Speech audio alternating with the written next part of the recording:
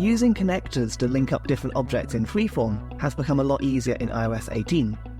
You now don't have to consider what you're going to place and where. You can simply drag a line and it will put a new shape wherever you let go. Let me show you. On this Freeform board, I'm going to tap onto Board Options on the top menu. That's that button there. And then I'm going to tap onto Show Connectors.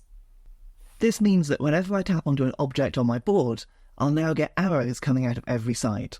These arrows are quick toggles to add connectors, and I can simply tap and drag one of those arrows and let go anywhere I like. Now, whilst this did work in iOS 17, the update for iOS 18 is that when I let go with my finger, I get this little pop-up screen that comes up, allowing me to quickly and easily put a shape at the end of that connector.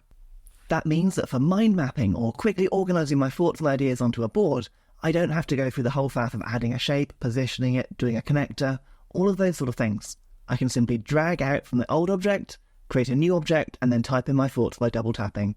And of course, I can change the colour, I can change the border. All of the normal tools in Freeform are still available to me. This is just a quicker way of adding shapes onto your board. And this isn't the only new feature in Freeform with iOS 18. In fact, you can now add scenes and navigate them in really interesting ways, which makes managing big boards far easier. If you want to learn about that, and everything else that's new in iOS 18, please do subscribe to my channel down below, where there are loads of iPhone QuickTip videos. Or, if you're interested, I've made an ebook this year with 100 quick tips for iOS 18, 100 new things that your iPhone can do. Check it out in the description below, and I'll see you next time.